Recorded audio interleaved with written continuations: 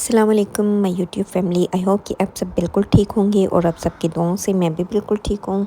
आज मैं आप सब के लिए बहुत ज़बरदस्त जो हैं खंडवियाँ लेकर आई हूँ। आप इसको खंडवियाँ बोलें, खंडलियाँ बोलें, और या जो बेसन की बनती हैं, बहुत टेस्टी चलते हैं इसके रेसिपी की तरफ। आप इसके स्नैक्स बना के शाम की चाय के साथ भी जो है ना वो खा सकते हैं।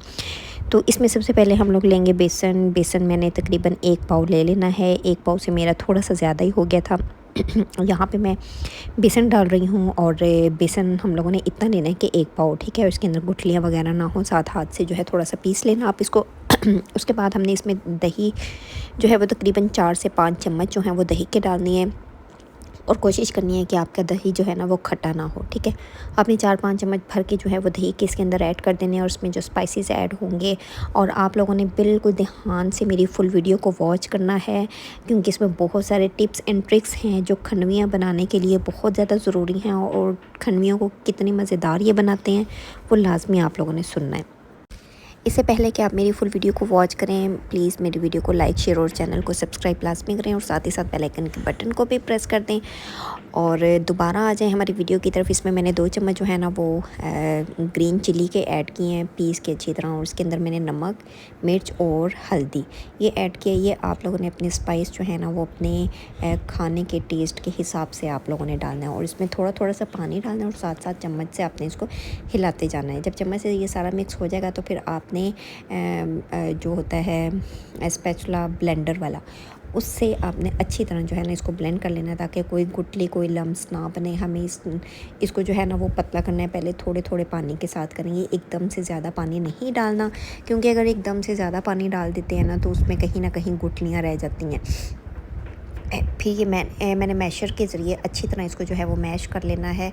बहुत ज़बरदस्त किस्म का जब ये हमारा मैश हो जाएगा, आपने इसको तकरीबन, या तो आप इसको ग्राइंडर वाले जग में डाल के भी कर सकते हैं, और दूसरी तरह भी, ठीक है। वहाँ पे मैंने अच्छी तरह मैश कर लिया हुआ था, वो मैं भी आपको हमेशा दिखाती हूँ। एक साइड पे मैंने फ्राई पैन लिया है और ऑयल उसके अंदर डाल दिया। ऑयल थोड़ा सा गर्म नहीं सच करना, इस पर हमने इसी तरह से ही ना फ़ौरन ही ये सारा अमेज़ा डाल देना है, और फिर भर के हम लोगों ने पानी का, अगर ये आधा किलो 1 पाव रेसिपी है ना, तो हमने इसमें तकरीबन आधा किलो पानी का ऐड करना है। अच्छी तरह मैंने उसी बाउल के अंदर पानी डाला है, उसके सारी चीज़ें मतलब साइड से अच्छी तरह सफाई की। सफाई करने के बाद ताकि हमारा कोई भी इंग्रेडिएंट जो है वो ज़ाया ना हो, और ये वाला पानी भी मैं इसके अंदर डाल दूँगी, ठीक है ना। और इसमें हमने मुसलसल चम्मच चलाते रहना है। लो टू मीडियम फ्लेम होनी चाहिए, बहुत ज़्यादा हाई फ्लेम नहीं होनी चाहिए। देखें जिस तरह से ये नीचे अभी तो हालांकि बिल्कुल लाइट सी थी फ्लेम, तो इस वजह से आपने इसको इतना हिलाना है, तकरीबन 20 से 25 मिनट तक आपने इसको पकाना है, ठीक है। और थिकनेस भी आप लोगों ने देख लेनी है कि कितनी कंसिस्टेंसी जो है ना वो हमारी होनी चाहिए।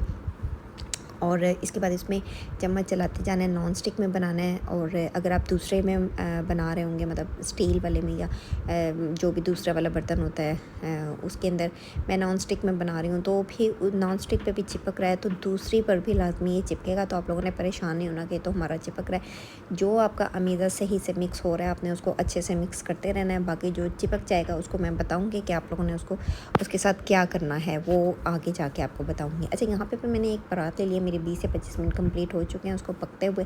थिकनेस भी आ गई थी। थिकनेस आप लोगों ने देख लिया कैसी है। एक परात ले लेनी है। परात में मैंने जो है ना वो थोड़ा सा नीचे ऑयल लगा के ना उसको सारे में अच्छी तरह फैला देना है, साइडों पे भी, ताकि हमारा जो ये अमीज़ा है ना, हमें उठाने में बहुत ज़्यादा आसानी हो जब हम इसकी टुकड़ियाँ सी बनाएंगे, ठीक है ना। अब ये देखिए जितना ये है अमीज़ा, मैंने इसको परात के अंदर डाल लिया था। मेरा थोड़ा सा ज़्यादा था तो मैंने एक डिश के अंदर भी जो है ना वो ऐड किया था। तो इसमें मैं ये सारा फैला दूँगी अच्छी तरह से। फैलाने के बाद ना हम इसको तकरीबन 10 से 15 मिनट के लिए ना, आप चाहें तो अगर आप फ़ौरन बना रही हैं तो आप इसको 5 से 10 मिनट के लिए फ्रीज़र में रख लें, नहीं तो आप आधे घंटे के लिए ना आप इसको फ्रिज में भी रख सकते हैं। देखिए यहाँ पे मैंने फ्रीज़र में रख लिया था।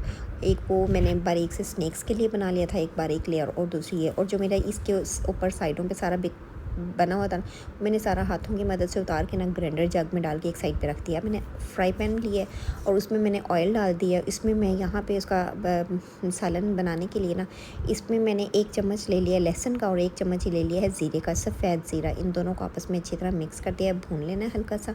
और भूनने के बाद यहाँ पे इसमें ना तो कोई टमाटर ऐड होगा और ना ही प्याज ऐड होंगे। इसकी ग्रेवी, हम लोगों ने किस तरह से बनानी है वो फुल वीडियो वॉच करते जाएंगे तो आपको आइडिया हो जाएगा। इसमें मैंने लाल मिर्च ले लेनी है और हल्दी ले लेनी है, ब्लैक ज़ीरा ले लेना है, और यहाँ पे मैंने अदरक जो है वो हाथों से मसल के अच्छी तरह वो रख लिया है, और नमक ले लेना है हस्बे ज़रूरत। ठीक है, ये सब चीज़ें मैंने इसके अंदर डाल देनी है और लो फ्लेम आपने रखनी है, इसको पकाना है।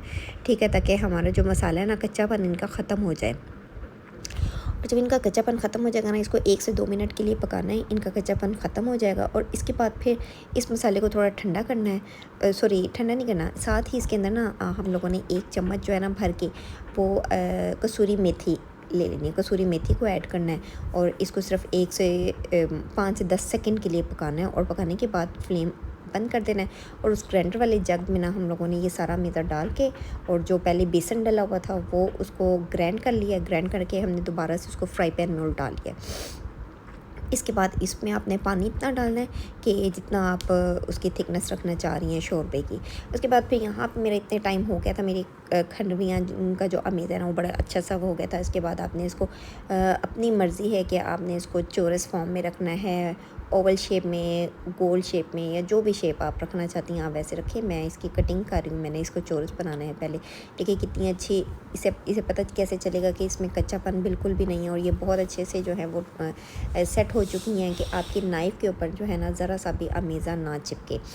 तो यहाँ पे मैंने अपनी जो खंडवियाँ थी या खंडलियाँ इसको बोलें, और बेसन की थी, और बहुत ही ये एक तो इनका सालन बहुत यम्मी बनता है। मैंने चौरस पीस में बना ली थी, और ये देखिए कितने माशाल्लाह से प्यारे और बहुत आसानी से उठ जाने वाले, ना बहुत ज़्यादा मोटे थे और ना ही बहुत ज़्यादा पतले थे, खाने में भी बहुत टेस्टी थे। इनको मैंने सबको उठा के पहले अलहदा रख देना है।